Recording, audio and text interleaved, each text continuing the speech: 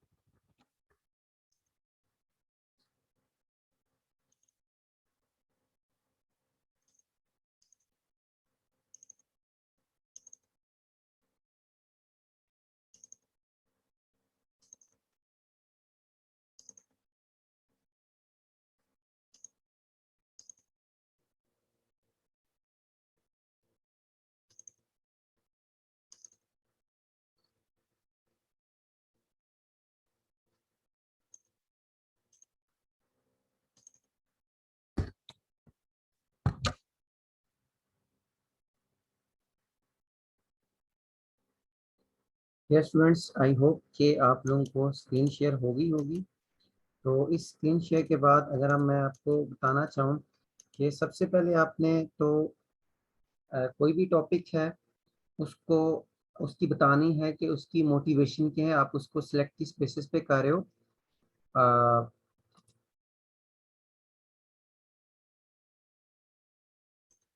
कि आपने उसको सिलेक्ट किस बेसिस पे किया, तो motivation is very important for selecting any topic. So that के इस तरह तो आपको टॉपिक्स काफ़ी सारे मिल जाते हैं। आप जब भी किसी रिसर्च पेपर से डाउनलोड करते हैं, रिसर्च पेपर से पढ़ते हैं, तो motivation is very first step to select any topic for the FYP।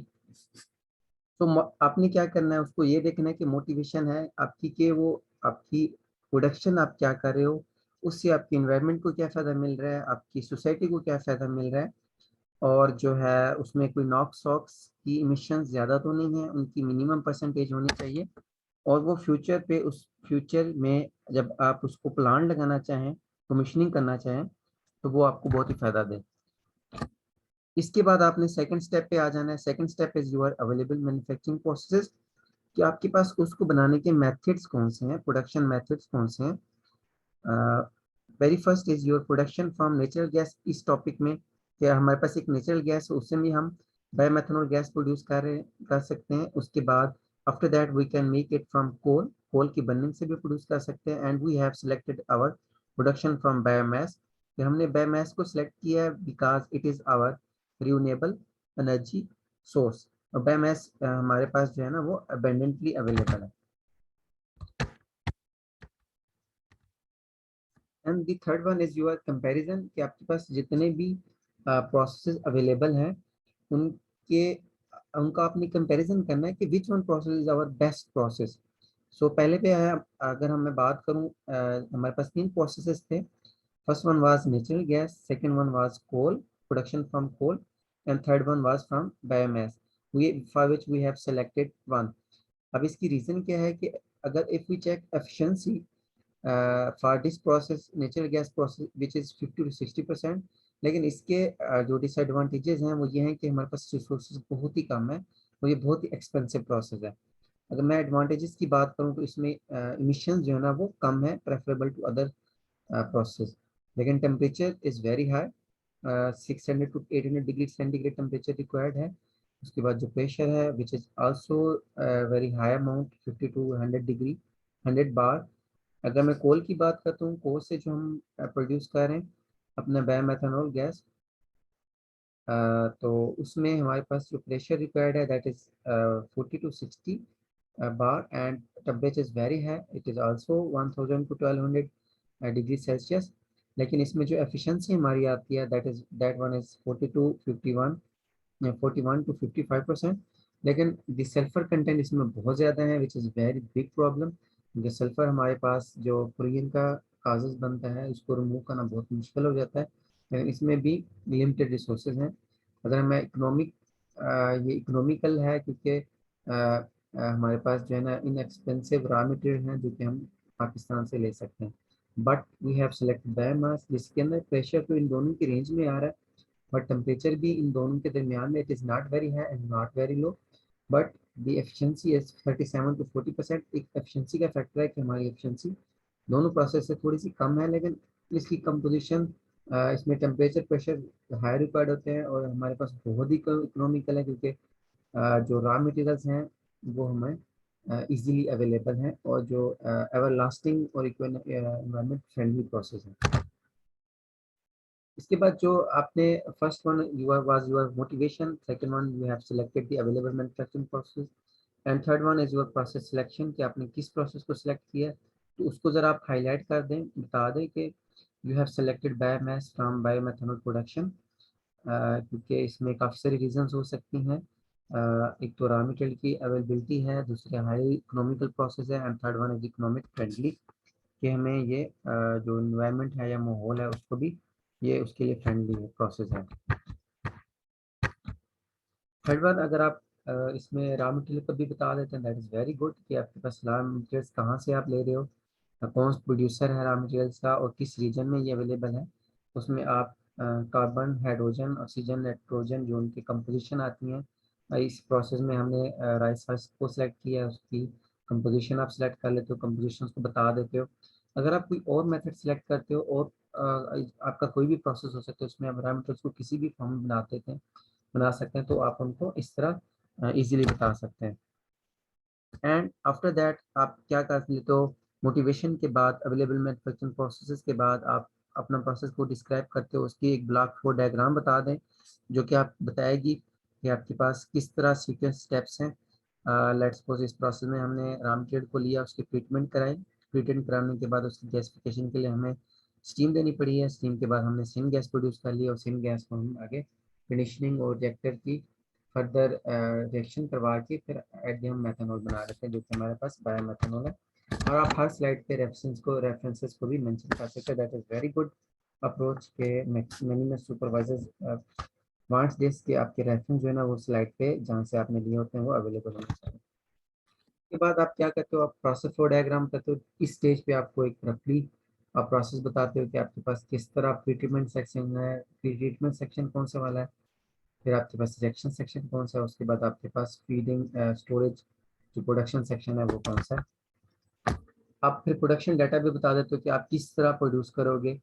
तो ये हमारा फिफ्थ स्टेप हो गया कि हम बायोमेथनॉल को किस तरह प्रोड्यूस करेंगे, प्रोडक्शन उसकी कैसे करेंगे, और आप फर्दर क्या प्लान है उसको प्रकार होते हो, उसकी एप्लीकेशन बता दो कि भी इसमें पावर जनरेशन के लिए लेट्स सपोज यहाँ पे हमने बताया हुआ कि पावर जनरेशन के लिए इसको इस्तेमाल कर लेते हैं, और मेरीन में भी इसको इस्तेमाल करते हैं, फ्यूल में भी हमारा मेथनॉल यूज होता है, फार्मेसी मेडिसिन फार्मासिस्ट उसमें भी हम इसको यूटिलाइज कर लेते हैं। And these were the first fifth 6 steps जो भी आप जब भी कोई भी आप प्रोजेक्ट सेलेक्ट करना चाहते हो। अभी मैं आपको एक और बात बताता हूँ कि आपने टाइटल जब सेलेक्ट करना है तो अपने रिसर्च पेपर से किस तरह आपने उनको सिलेक्ट करना है।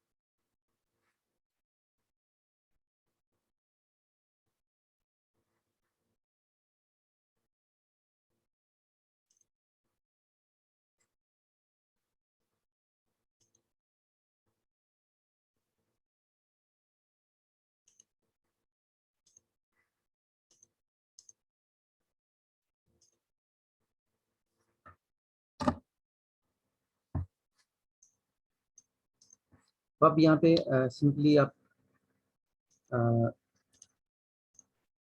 स्क्रीन शेयर कर दी, आप सिंपली गूगल पे जाएं, वहाँ पे आपको काफ़ी सारी वेबसाइट्स मिल जाएंगी। लेट्स सपोज मैं यहाँ पे गूगल स्कॉलर लिख देता हूँ, काफ़ी सारे लिंक्स मिलेंगे। तो अब वहाँ पे इसको क्लिक करें और अपना कोई भी आप टॉपिक सेलेक्ट करना चाहते हैं तो आप इसमें रिसेंट रिसर्च पे जाएं। ये भी लेट्स सपोज मैंने बायोएथेनॉल बनाना है, आप इसमें लिख लो प्रोडक्शन ऑफ बायोएथेनॉल। आपको कोई ना कोई आइडिया पता होगा, जैसे आप इसको क्लिक करेंगे तो आपके पास number of research papers open हो जाएंगे। लेकिन आप बेस्ट सोल्यूशन इज दैट कि आपने रिसेंट ईयर्स वाले को सिलेक्ट करना है, और वहाँ पे आपको फिर जो भी पेपर्स मिले, जैसे ये है production of bioethanol from biomass, production of bioethanol from carotol in the presence of, जो भी आपके पास है review on recycling technique for bioethanol production from lignocellulose biomass. काफ़ी सारे रिसर्च पेपर्स ओपन हो जाएंगे, इसमें से आप किसी को भी ओपन कर दें। जैसे मैरी गोल्ड फ्लावर से हम प्रोडक्शन करना चाह रहे हैं तो ये आपके पास ओपन हो जाएगा। तो आप इसको क्या करो, फिर डाउनलोड कर सकते हैं आप इसको, जो भी आपके पास लिंक अवेलेबल हो आप इसको कॉपी करें। कॉपी करने के बाद इस तरह के आप इसमें से एक हमारे पास सही हब वेबसाइट है, वहाँ पे आप इसको पेस्ट करें और आपके पास ये डाउनलोड हो जाएगा। तो इस तरह आप नंबर ऑफ टॉप टाइटल्स आप सेलेक्ट कर सकते हैं, जो कि आपको इजीली अवेलेबल होते हैं, और उन्हीं को आप उसके लिटरेचर रिव्यू पढ़ो, और उसमें से आपने टाइटल पढ़ना है, लिटरेचर रिव्यू करना है, इंट्रोडक्शन को पढ़ना है। तो आपको ज़रा आइडिया हो जाएगा। तो रिसेंट रिसर्च आपकी जो टॉपिक है उस पर क्या हो रही है, आपके प्रोसेस पैरामीटर्स क्या होते हैं, और जो है उसको आप किस तरह हेल्पफुल बना सकते हो। तो thank you everyone, I hope कि आप सबको ये समझ आ गया होना। Thank you. For more videos please आपने इस चैनल्स को देखते रहना है, तो आपको बहुत सी इंफॉर्मेशन मिलती रहेगी। Thank you.